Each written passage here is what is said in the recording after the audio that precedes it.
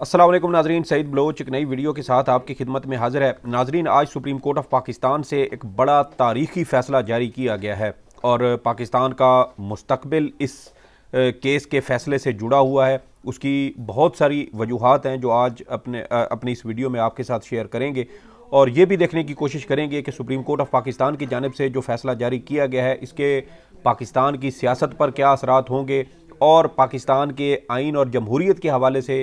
इस फैसले के क्या मुमकिन असरात मुरतब हो सकते हैं, वो भी आपके साथ इंफॉर्मेशन शेयर करेंगे। इसके अलावा साबिक वज़ीर-ए-आज़म नवाज़ शरीफ को इस केस से कोई फ़ायदा होगा या नहीं होगा, उसकी तफसीलात भी रखेंगे और ये भी बताएंगे कि चीफ़ जस्टिस के इस फैसले से पाकिस्तान की जमहूरियत के लिए क्या ख़तरात मुस्तकबिल करीब में या मुस्तकबिल बईद में पाकिस्तान को उनका सामना करना पड़ सकता है। तो बात का आगाज़ करते हैं इस केस के फ़ैसले से जो 3 हिस्सों पर मुश्तमिल है। सुप्रीम कोर्ट के 15 में से 10 जजेज़ ने इस कानून को आइनी तौर पर दुरुस्त करार दिया है, जबकि 5 जजेज़ ने अक्सरियती फ़ैसले से इख्तलाफ करते हुए दरखास्तों को काबिल समाअत करार दिया और इस कानून को गैर आइनी करार दिया है। और वो 5 जजेज़ जिन्होंने अक्सरियती फ़ैसले से इख्तलाफ किया है उनमें justice Ejazul Ahsan, justice Munib Akhtar, justice Mazahir Naqvi, justice Ayesha Malik और जस्टिस शाहिद वहीद शामिल हैं। मुस्तकबिल के 3 चीफ़ जस्टिस हैं जिन्होंने इस कानून को कलदम करार दिया है, लेकिन वो अक़लियत में हैं और 5 जजेज़ पर मुश्तमिल ये आप समझे कि एक ग्रुप है जिसने PDM का बनाया हुआ ये कानून इसको कलदम करार दिया है। दूसरा इसका हिस्सा जो है वो इसके अपील से मुताल्लिक है और सुप्रीम कोर्ट के 9 जजेज़ ने अपील के ख़िलाफ़ जो दरख्वास्तें दायर की गई थी उनको मुस्तरद करते हुए अपील के हक़ को आइनी तौर पर दुरुस्त करार दिया है, जबकि 6 जजेज़ ने अपील का हक़ देने से इख्तलाफ किया है, जिनमें 5 जजेज़ तो वो हैं जिनके नाम मैंने आपको पहले बताए कि जिन्होंने अक्सरियती फ़ैसले से इख्तलाफ किया, जबकि जो 6ठे जज हैं जिन्होंने अपील के हक़ की मुखालफत की है वो जस्टिस याया अफरीदी उनमें शामिल हैं। जबकि जो अपील के हक़ का माजी से इतलाक़ का जो एक तीसरा हिस्सा है इस केस के फ़ैसले का, उसमें 8 जजेज़ ने माजी के जो मुकदमात हैं उन पर भी अपील का हक़ देने की मुखालफत की है और 7 जजेज़ ने अपील का हक़ देने को आइनी तौर पर दुरुस्त करार दिया है। लेकिन यहाँ पर चीफ़ जस्टिस काजी फ़ाइज़ ईसा के जो हम ख्याल जजेज़ हैं वो अक़लियत में हैं, जबकि अपील के हक़ को माजी से उसके इतलाक़ को गैर आइनी करार देने वाले जज साहबान 8 हैं, जिनमें जो 5 जजेज़ तो वो हैं जो साबिक चीफ़ जस्टिस उमर अता बंदयाल के हम ख्याल समझे जाते हैं। तो ये 3 हिस्से हैं इस फ़ैसले के जो आज सुप्रीम कोर्ट ऑफ पाकिस्तान की जानिब से जिस पर फ़ैसला जारी किया गया है। तफसीली वजूहात इस केस की बाद में जारी की जाएंगी। चीफ़ जस्टिस काजी फ़ाइज़ ईसा की जानिब से ये मुख्तसर तहरीरी फ़ैसला आज सुप्रीम कोर्ट ऑफ पाकिस्तान के कमरा अदालत नंबर 1 में पढ़ कर सुनाया गया। अब इस केस की जो दीगर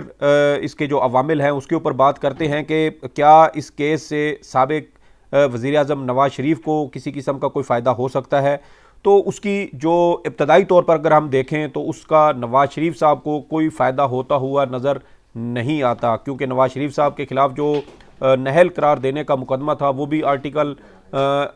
के आर्टिकल 184(3) के तहत सुना गया था और उसके ऊपर फैसला दिया गया और उसमें नवाज़ शरीफ साहब अपना अपील का हक़ भी इस्तेमाल कर चुके हैं। लेकिन इसमें एक और जो अंसर जो इसमें नज़र आता है वो है review of judgement and orders act, जो अगस्त के महीने में साबिक चीफ़ जस्टिस उमर अता बंदयाल की सरबराही में कायम बेंच ने जिसको गैर आइनी करार देते हुए कलदम करार दिया था। अब इस जो ये प्रैक्टिस एंड प्रोसीजर कानून का फ़ैसला है, इसके बाद उस एक्ट के फ़ैसले के ख़िलाफ़ भी appeal supreme court of Pakistan में दायर हो सकती है और अगर सुप्रीम कोर्ट उस एक्ट को बहाल करती है और आइनी तौर पर दुरुस्त करार देती है तो फिर नवाज़ शरीफ साहब के लिए मुमकिन तौर पर जो अपील का हक़ का रास्ता है वो खुल सकता है। लेकिन उसमें भी देखना यह है कि क्या सुप्रीम कोर्ट उस कानून के माजी के इतलाक़ को भी दुरुस्त करार देती है या नहीं, क्योंकि इस कानून में ये जो प्रैक्टिस एंड प्रोसीजर है इसमें 8 जजेस अगर इख्तलाफ कर रहे हैं तो फिर वहाँ पर भी बहुत मुश्किल हो जाएगा कि जज साहबान उस केस की समाअत करते हुए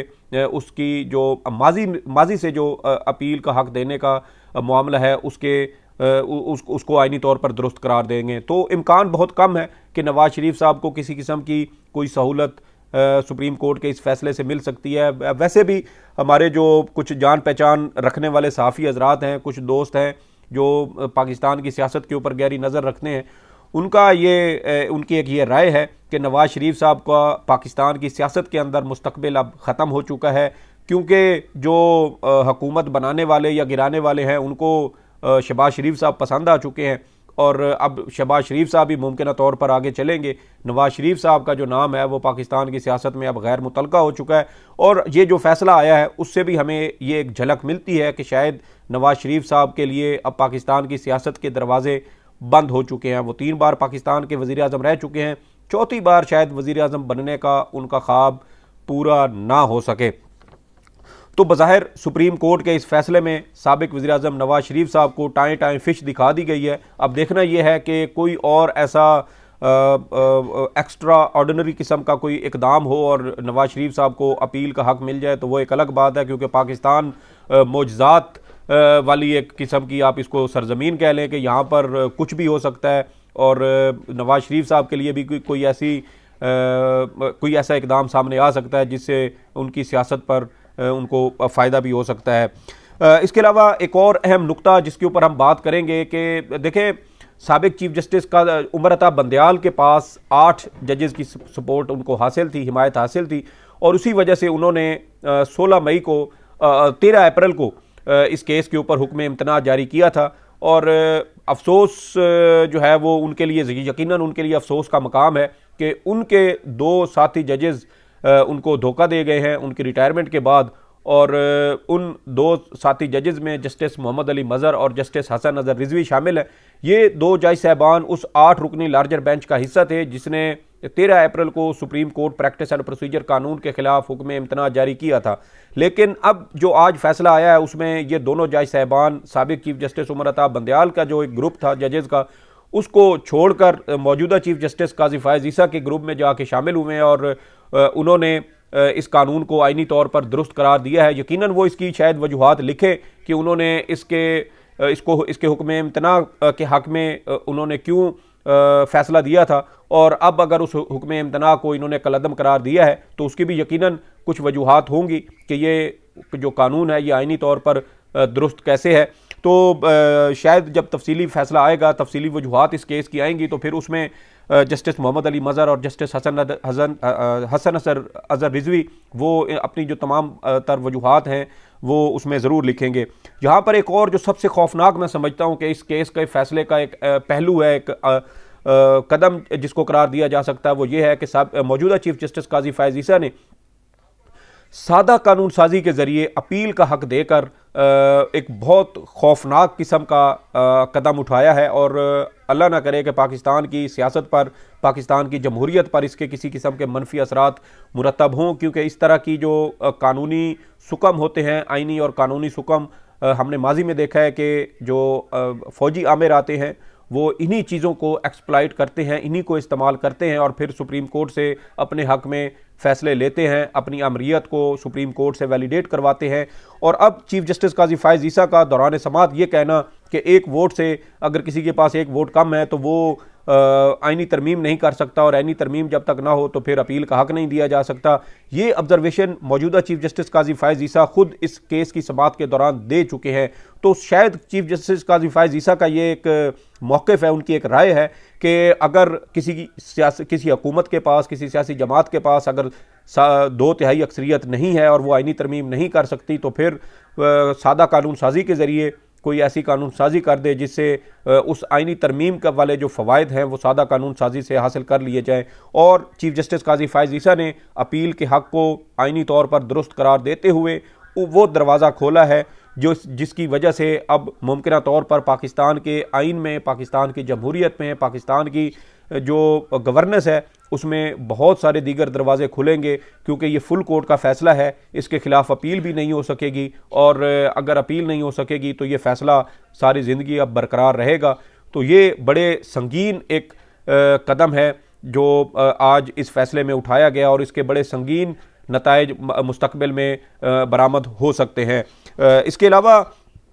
जो तरमीम की अगर हम जो ये कानून साजी की गई है, चीफ जस्टिस के इख्तियारात को रेगुलेट करने का मामला है, तो ये यकीनन होना चाहिए। माजी में चीफ जस्टिस साहिबान की जानिब से जिस तरीके से इख्तियारात का इस्तेमाल किया गया है वो रेगुलेट होना चाहिए, लेकिन वो रेगुलेशन अगर सुप्रीम कोर्ट के अपने रूल्स में होती तो वो ज़्यादा बेहतर होता, क्योंकि अब एक दरवाज़ा तो ये खुल गया है कि सुप्रीम कोर्ट के हवाले से पार्लियामेंट कानून साजी कर सकती है। अब मुस्तकबिल में अगर हम ये बात करें, क्योंकि पाकिस्तान में हालात व वाक़यात कब बदल जाएं इस हवाले से कुछ नहीं कहा जा सकता। हमने माजी करीब में भी ऐसी मिसालें बहुत सारी देखी हैं कि जो दुश्मन थे वो दोस्त बन गए और जो दोस्त थे वो दुश्मन बन गए, और ये जो